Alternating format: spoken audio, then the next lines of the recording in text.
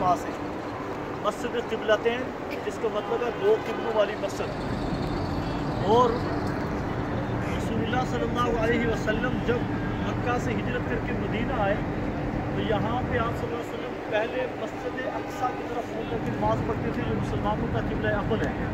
رسول اللہ صلی اللہ علیہ وسلم کی خواہش تھی کہ خانہ کعبہ کو، بیت اللہ کو ہمارا قبلہ قرار دے دیا جائے۔ آپ صلی اللہ علیہ وسلم بسا اوقات آسمان کی طرف اپنا چہرہ اٹھاتے تھے، لیکن زبان سے کچھ کہتے نہیں تھے، لیکن اللہ تبارک و تعالیٰ علام الغیوب ہے، اللہ جانتے ہیں کہ رسول اللہ صلی اللہ علیہ وسلم کی خواہش کیا ہے۔ یہاں پر رہتے ہوئے 2 سال تک رسول اللہ صلی اللہ علیہ وسلم نماز مسجد اقصیٰ کی طرف منہ کر کے پڑھتے رہے، جو ہمارے اس قبلے کے بالکل مخالف سمت ہے یہاں مدینہ منورہ سے۔ 2 سال کے بعد رسول اللہ صلی اللہ علیہ وسلم کو اللہ تبارک و تعالیٰ نے حکم دیا کہ فَلَنُوَلِّيَنَّكَ قِبْلَةً تَرْضَاهَا فَوَلِّ وَجْهَكَ شَطْرَ الْمَسْجِدِ الْحَرَامِ، کہ ہم نے آپ کے چہرے کو اس قبلے کی طرف پھیر دیا جس طرف آپ کی خواہش تھی،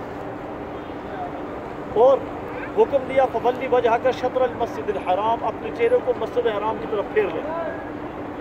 اس حوالے سے 2 روایات آتی ہیں۔ ایک روایت تو یہ ہے کہ یہ مسجد نبوی میں رسول اللہ صلی اللہ علیہ وسلم کے وہاں حکم نازل ہوا، اور بعد میں نماز کا وقت ہوا تو رسول اللہ صلی اللہ علیہ وسلم نے نماز میں اپنا چہرہ مسجد حرام کی طرف پھیر دیا۔ اور ایک روایت یہ آتی ہے کہ رسول اللہ صلی اللہ علیہ وسلم اس مسجد میں نماز پڑھا رہے تھے، اور عین نماز کے دوران یہ حکم نازل ہوا، آپ نے نماز پڑھاتے ہوئے چہرہ آپ کا مسجد اقصیٰ کی طرف تھا، 100% اپنا چہرہ پھیر لیا اور مسجد حرام کی طرف کر لیا۔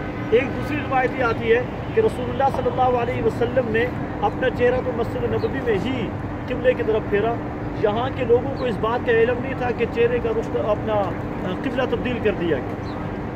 تو بعد میں رسول اللہ صلی اللہ علیہ وسلم کا ایک صحابی یہاں پر آیا، آ کر دیکھا کہ لوگ قبلہ اول کی طرف منہ کر کے نماز پڑھ رہے ہیں، تو اس وقت اس صحابی نے کہا اللہ کے بندو قبلہ تبدیل ہو گیا اور آپ پہلے قبلے کی طرف منہ کر کے نماز پڑھ رہے ہیں۔ تو نماز کے دوران حضرات صحابہ اکرام رضوان اللہ علیہم اجمعین نے اپنا چہرہ دوسرے قبلے کی طرف پھیر لیا۔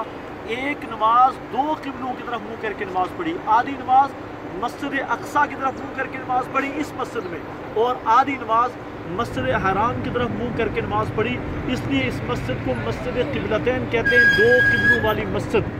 یہ علاقہ بنو سلمہ کا تھا، اور آج بھی اس علاقے کو حی بنو سلمہ کہتے ہیں، بنو سلمہ کی بستی۔ بنو سلمہ مسلمان انصار کا بہت بڑا مضبوط قبیلہ تھا، اور رسول اللہ صلی اللہ علیہ وسلم کو ان کے ساتھ بہت زیادہ محبت تھی۔ متعدد مرتبہ یہاں پہ جو اس دور میں مسجد قائم تھی اس میں رسول اللہ صلی اللہ علیہ وسلم تشریف لائے۔ تو یہ مسجد قبلتین کی تاریخ ہے۔ اس مسجد کے اندر چلے جائیں تو یہاں پر ایک نشان دیا ہوا ہے، اور اس نشان سے نشاندہی ہوتی ہے کہ پہلے قبلہ اس طرف تھا، اب اس طرف ہے۔ ہم اس وقت مسجد کے قبلہ رخ کھڑے ہیں، مسجد کے محراب کی طرف کھڑے ہیں، جبکہ